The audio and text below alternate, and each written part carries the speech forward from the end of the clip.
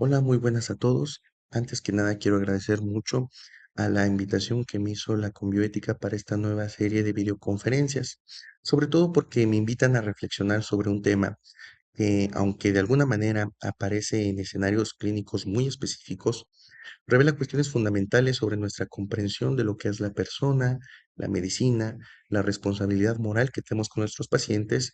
Este es el tema de los dilemas que surgen en el retiro del tratamiento.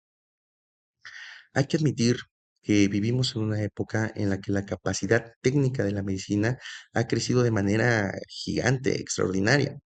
Podemos sustituir funciones respiratorias, renales, circulatorias. Podemos sostener procesos biológicos durante mucho tiempo, podemos prolongar la vida. Esto ha hecho que el paradigma cambie. Si bien hace varios años la misión era evitar que una persona llegara hacia el final de su existencia, ahora incluso nos comenzamos a preguntar hasta qué punto vamos a continuar manteniendo viva a una persona. Si bien ahora estos procesos biológicos pueden durar muchísimo tiempo, hay que pensar que estas situaciones hace algunas décadas eran completamente impensables. Por lo tanto, no vamos a discutir sobre los beneficios de estos avances o sobre el uso de estas tecnologías, ya que esto sería un tema muy infértil. Al contrario, hay que admitir que estos avances son un logro completamente indiscutible de la tecnología aplicada a la medicina. Sin embargo, cada ampliación de poder desde el punto de vista de poder técnico que hemos tenido, proporciona una responsabilidad moral. Y esta responsabilidad moral es la que el día de hoy vamos a reflexionar. Durante siglos, el final de la vida de las personas llegaba cuando el organismo agotaba completamente sus recursos. Hoy, en muchísimas circunstancias, el desenlace biológico depende de decisiones clínicas. Estas se dan en el ámbito de continuar o no con una intervención, con una medida de mantenimiento vital o simplemente retirar algún tipo de soporte que ayude a que el paciente mantenga su homeostasis. Esta frontera entre el proceso natural y la decisión médica se ha ido desplazando cada vez más con el tiempo. En este contexto, surge una pregunta ética muy fundamental. Es la de qué significa para nosotros cuidar cuando la tecnología permite prolongar la vida biológica más allá de lo que la recuperación integral hace razonable y sobre todo esperable. Sin lugar a dudas, trae con nosotros la pregunta sobre bajo qué condiciones van a sobrevivir nuestros pacientes. Esta modificación de la experiencia humana al final de la vida genera una trascendencia no solo en la discusión clínica, también en la discusión del ambiente familiar, del ambiente interno de la propia persona, donde muchas veces su desconocimiento sobre temas importantes de los avances tecnológicos, de los avances médicos, hace que no tenga claro el límite específico hacia dónde puede llegar esta prolongación de su existencia. Es pues entonces trabajo de los médicos que están en la atención de este paciente llegar a un proceso deliberativo que permita platicar con él, con su familia, tratar de hacer una investigación acerca de sus valores, de ver cuáles son las preferencias que esta persona tenga, si estas preferencias se han mantenido con el tiempo o si incluso esta persona cuenta, como veremos más adelante, con algún tipo de documento que pueda respaldar la toma de sus decisiones. Ahora bien, antes de responder todos los posibles dilemas que nos podemos encontrar, es necesario que despejemos algunos equívocos y dejemos claro de qué es de lo que vamos a hablar. Retirar de un tratamiento no es sinónimo de abandonar a un paciente.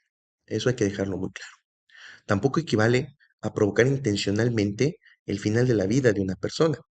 Y muchísimo menos es una acción dirigida a eliminar al paciente.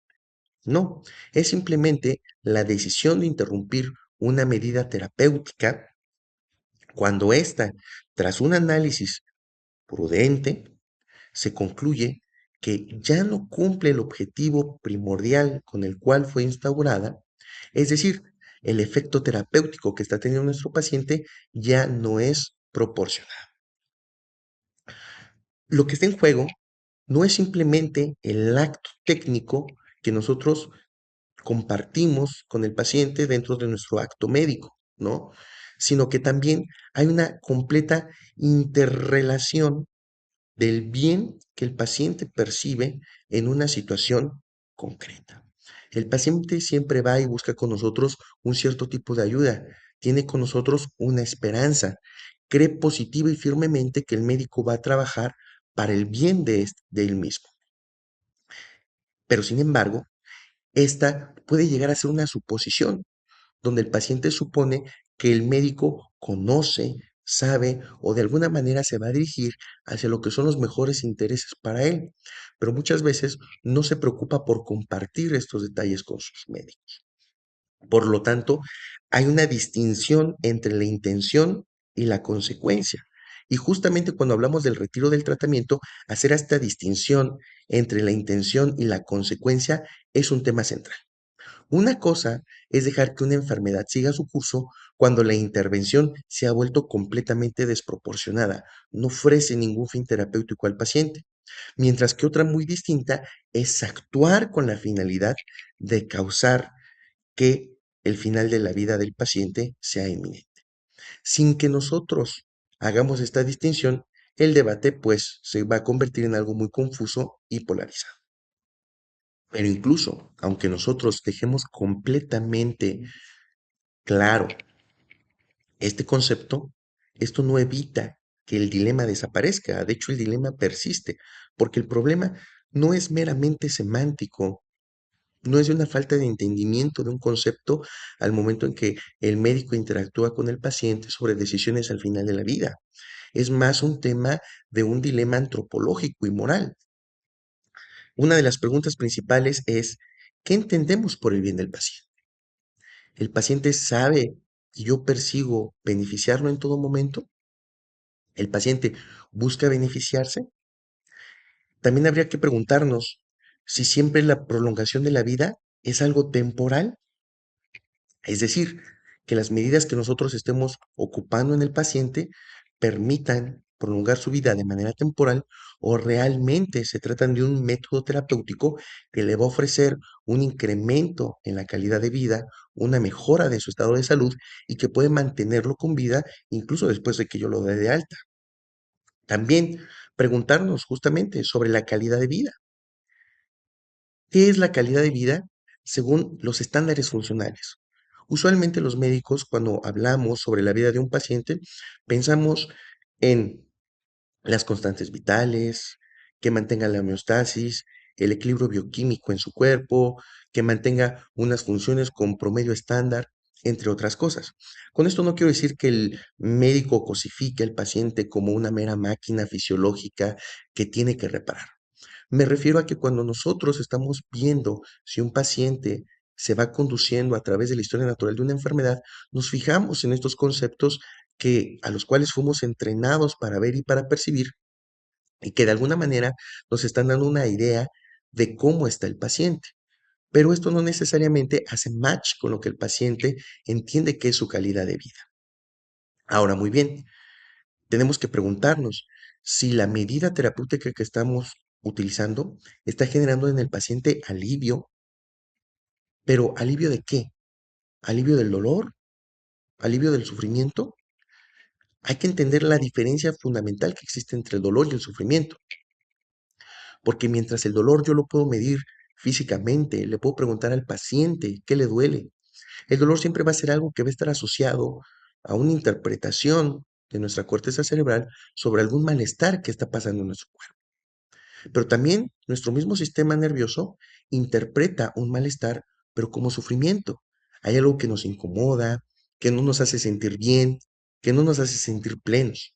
Entonces, preguntarnos si estamos aliviando el dolor o si estamos aliviando el sufrimiento se convierte también en una pregunta fundamental dentro de tratar de buscar la respuesta sobre los dilemas en el retiro del tratamiento de los pacientes.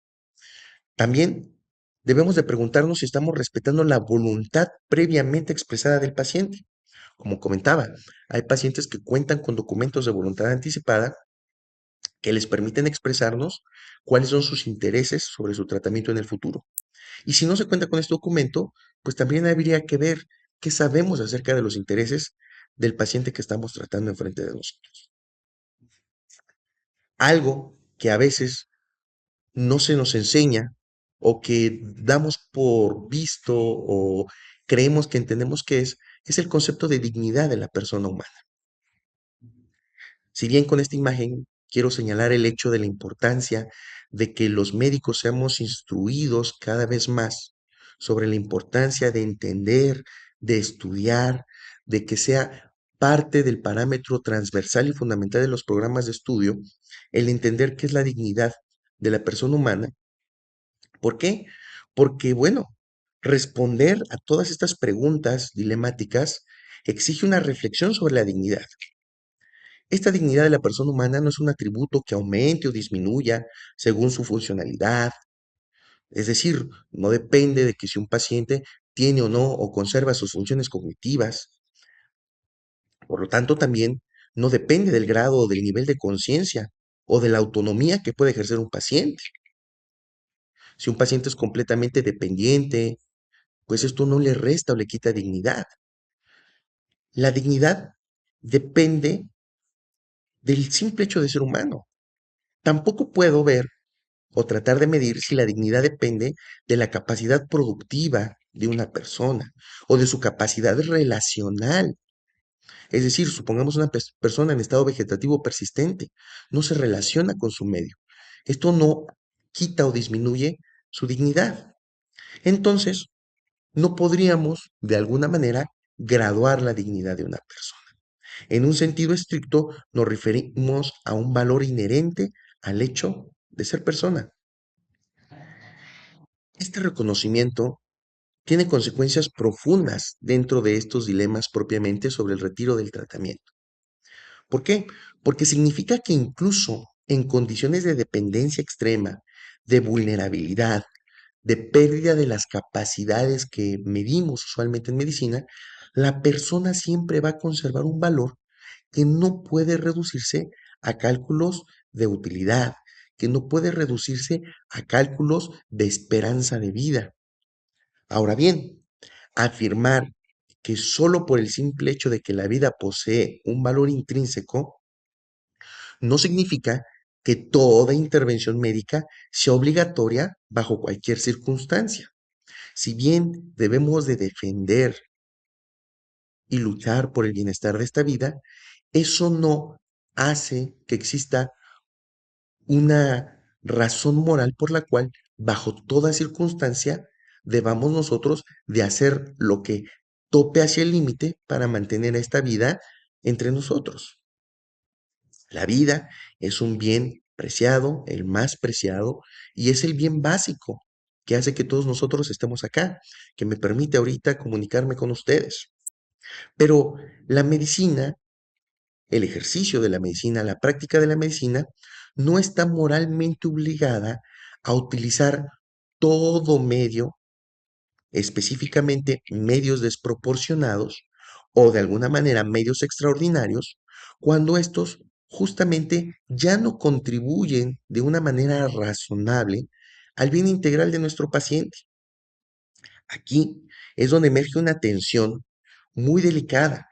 Si la vida tiene este valor intrínseco, yo debo de preguntarme, ¿cómo justificar la suspensión de medidas que sostienen esta vida? La respuesta, obviamente, requiere distinguir entre el valor de la vida y las obligaciones de todos los medios técnicos posibles para prolongarla. Por lo tanto, reconocer el valor intrínseco de la vida implica que nunca puede tratarse como mero instrumento.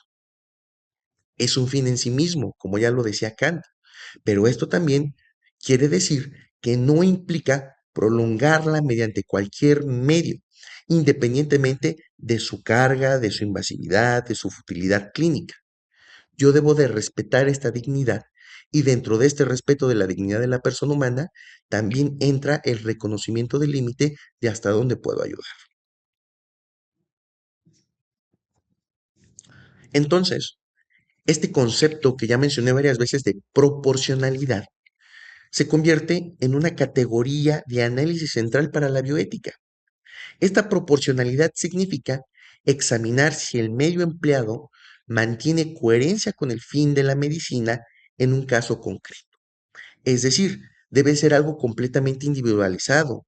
Nosotros como médicos entendemos que nuestro paciente es una singularidad irrepetible.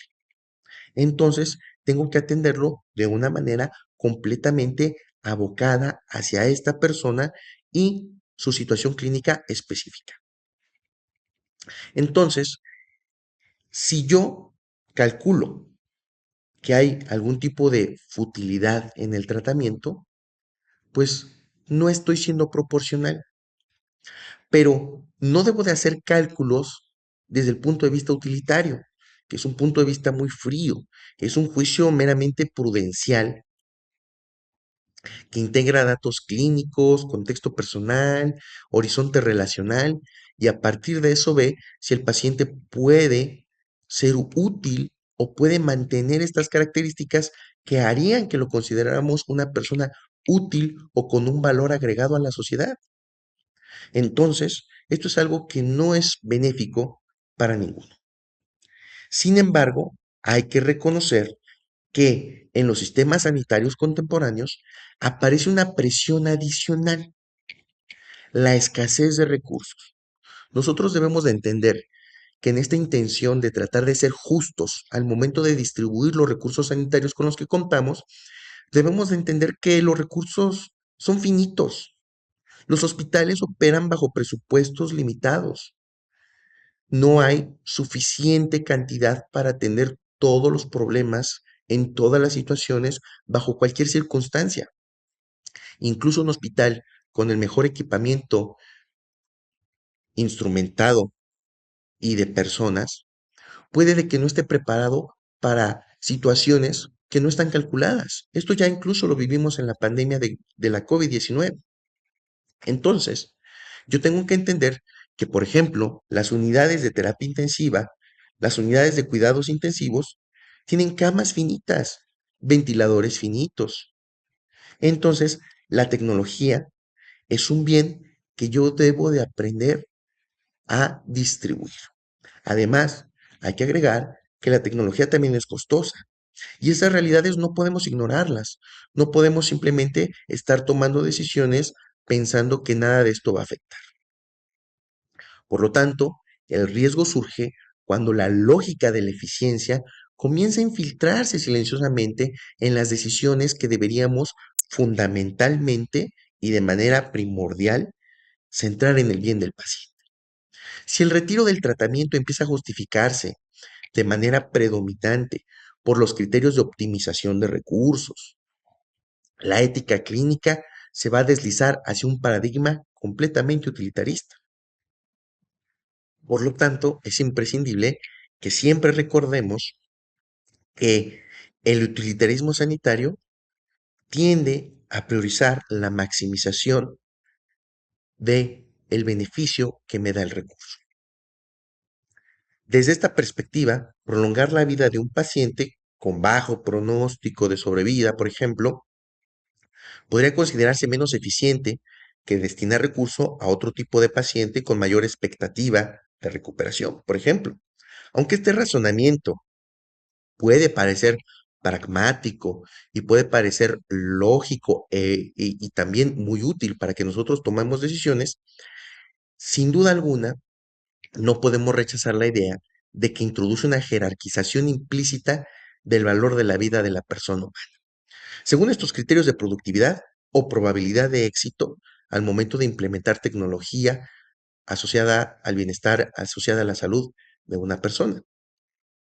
Aquí es entonces donde el reconocimiento del valor intrínseco de la persona, de su dignidad humana, actúa como el límite perfecto para yo poder establecer cuándo esta medida realmente es proporcional e útil.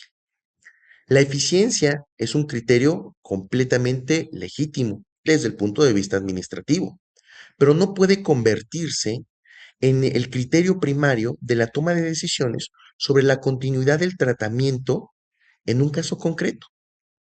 Es decir, si bien nosotros podemos utilizar Estas medidas de estandarización para los procesos no pueden ser la justificación moral de nuestras acciones. Si las decisiones comienzan a orientarse por estos cálculos agregados, el paciente individual como singularidad irrepetible va a correr el riesgo de convertirse en una variable estadística. Y cuando eso ocurre, la medicina pierde por completo el carácter personal y se transforma en la mera gestión biológica de la vida del ser humano. Bajo este criterio, hay que tener en cuenta que necesitamos dimensiones bajo las cuales justificar nuestra toma de decisiones. Aquí propongo estas tres dimensiones. La dimensión macro, que es la de las políticas públicas, que es la que me habla del recurso material, de la cantidad de personal, de la cantidad de insumos que tengo, una dimensión micro, ¿no? La de la relación clínica, la de esta oportunidad que tengo para poder conocer a mi paciente, para poder conocer sus preferencias, para poder saber qué él espera de su tratamiento, para poder entender el objetivo que él está buscando, y una dimensión íntima, una dimensión personal que vemos representada en el principio bioético de la autonomía. Por eso, distinguir estas tres dimensiones es muy importante, porque bien, las políticas pueden considerar la distribución de recursos, la decisión clínica, o esta relación clínica concreta, pues puede centrarse en la proporcionalidad, el respeto al paciente, la utilidad incluso comparativa de yo ver cómo evoluciona mi paciente respecto a la experiencia que he ido ganando con los años, respecto a la medicina basada en evidencia que yo he revisado, metaanálisis, etcétera. Pero la autonomía introduce otra dimensión que es muy importante y por eso la resalto en esta diapositiva. Porque si bien en las últimas décadas el respeto de la autodeterminación de cada uno de nosotros como individuos ha corregido los excesos paternalistas con los que funcionó la relación médico-paciente por muchos años, también aparece una distorsión de la autonomía como interpretación de un criterio, por así llamarlo, absoluto, pero muchas veces puede estar desligado de una evaluación racional y de una evaluación, como lo decíamos ahorita, nos preocupa, proporcionada. ¿Por qué? Porque si bien una persona puede solicitar continuar indefinidamente un tratamiento porque es su deseo, porque es su autodeterminación, pese a que éste no le ofrezca algún beneficio clínico que nosotros podamos determinar como razonable. Bueno, el respeto de esta voluntad no va a cambiar o que esta persona puede ejercer libremente su autonomía, no va a transformar lo médicamente inútil en algo que sí pueda ser funcional. Es decir, el paciente requiere de la deliberación bioética con su profesional de la salud para que él explique límites, beneficios, riesgos y que también explique alternativas, porque es ahí donde, insisto, la autonomía del paciente no puede transformar la realidad en la que vivimos. Por más que el paciente desee continuar un tratamiento, ese tratamiento ya no es útil para él. Esa realidad no va a cambiar. Por eso hay que tomar muy en cuenta la autonomía y a su vez, al mismo tiempo, negar la decisión informada del paciente sin algún argumento suficiente, pues simplemente implica desconocer su condición de sujeto moral. Por tanto, la atención no se resuelve suprimiendo uno u otro, sino integrándolos mediante la deliberación bioética, ya que es bastante infértil tratar de decir si el paciente es capaz o incapaz de tomar una decisión por el simple hecho de no tener la suficiente información, porque entonces ahí la relación médico-paciente es la que está fracasando, es la que no está logrando que el paciente obtenga la información suficiente, clara, oportuna y veraz para tomar una decisión. Entonces, hay que sumar. Por lo tanto, también, mediante esta deliberación, esta relación médico-paciente, yo no puedo olvidar mi contexto. Entender que esta deliberación se da en un contexto interdisciplinario donde cumplimos funciones, ¿no? No solamente estamos haciendo consultas técnicas, realmente estamos aprovechando este momento de diálogo con el paciente para permitirnos ver diferentes perspectivas médicas, propiamente de su enfermedad, quizá de cuidados paliativos, de ética, valores, axiología, incluso cuestiones más internas del paciente. Y confrontar los supuestos que tenga el paciente y evitar sesgos individuales.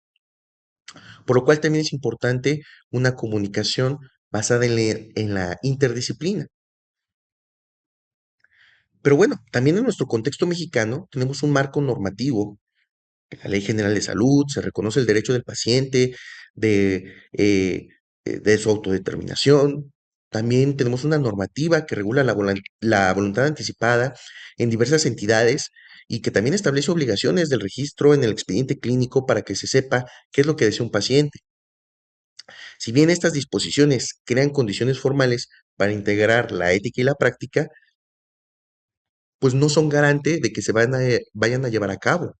De hecho, parte de la relación médico-paciente, cuando tratamos con personas o con pacientes al final de la vida, es platicar, hablar con ellos, saber qué conocen de la voluntad anticipada, guiarlos desde el punto de vista normativo para que sepan qué se puede incluir, qué no se puede incluir, qué pueden solicitar, qué no pueden solicitar, porque pues tampoco podemos infraccionar nuestra ley. No obstante, es muy importante aclarar que ningún marco legal va a sustituir el juicio moral. Y este juicio moral viene de un juicio prudencial. La ley, si bien nos establece límites, la ética orienta decisiones de manera razonada cuando hay áreas grises, ¿no? Cuando existen estos puntos de choque entre posturas, la ética nos da suficiente orientación del qué hacer.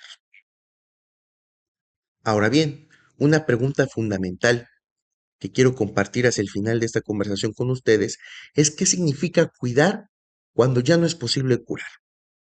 Porque quizá nosotros como médicos, tan comprometidos con el bien de nuestro paciente, queremos curar a toda costa. Y sentimos que a veces, como platicaba hace unos minutos, retirar tratamiento es abandono. Pero bueno, en última instancia, el dilema del retiro del tratamiento nos obliga a confrontar esta pregunta radical. Cuidar no siempre es intervenir más o dar más de lo que se requiere. A veces es reconocer el límite y orientar los esfuerzos hacia el alivio y el acompañamiento, sobre todo hacia la preservación de la dignidad de la persona humana en el proceso final de su existencia. Si nosotros absolutizamos la prolongación biológica, corremos el riesgo de reducir la persona a un simple organismo. Si lo hacemos con la eficiencia, corremos el riesgo de reducir a la persona a un recurso. Si lo hacemos con la voluntad, corremos el riesgo de desligarnos de la realidad clínica que vive el paciente. Por lo tanto, es trabajo de la bioética tener muy clara la tarea de evitar todos estos reduccionismos del ser humano que me interpela, que tengo enfrente de mí. Su función no es ofrecer soluciones. Ahora que ya existe esta reforma a la Ley General de Salud y tenemos estos comités de bioética asistenciales, tenemos que entender que la función no es ofrecer soluciones automáticas, es exigirnos coherencia, prudencia, responsabilidad, es invitarnos a la reflexión para la mejor toma de decisiones. Y esto sin duda es una de las tareas principales que debe de lograr la bioética en el ámbito de la atención sanitaria al final de la vida. Finalmente, para concluir esta pequeña ponencia, hay que entender que el retiro del tratamiento no es una derrota de la medicina. Puede ser, en ciertas circunstancias, una expresión de madurez clínica y ética, pero solo cuando esta decisión realmente está sostenida por una argumentación sólida, por el respeto de la persona humana, de su dignidad intrínseca, y el rechazo explícito a tratar a una persona bajo criterios utilitaristas que ya vimos que lo único que hacen es reducir a la persona a algo completamente diferente que no es una persona humana. La verdadera prueba para una cultura sanitaria no es la capacidad tecnológica que tengamos para resolver los problemas hacia el final de la vida, sino es nuestra capacidad de integrar todo este poder tecnológico, todos estos recursos a nuestro alcance, con la suficiente sabiduría moral para poder ayudarnos como sociedad. En las decisiones al final de la vida se revela quiénes somos como sociedad justamente. Por eso, este tipo de reflexiones sobre el retiro del tratamiento no es un ejercicio académico distante, no es algo que se pueda solamente conversar en unos pocos minutos. Es una necesidad ética y es una necesidad ética muy urgente. Muchas gracias.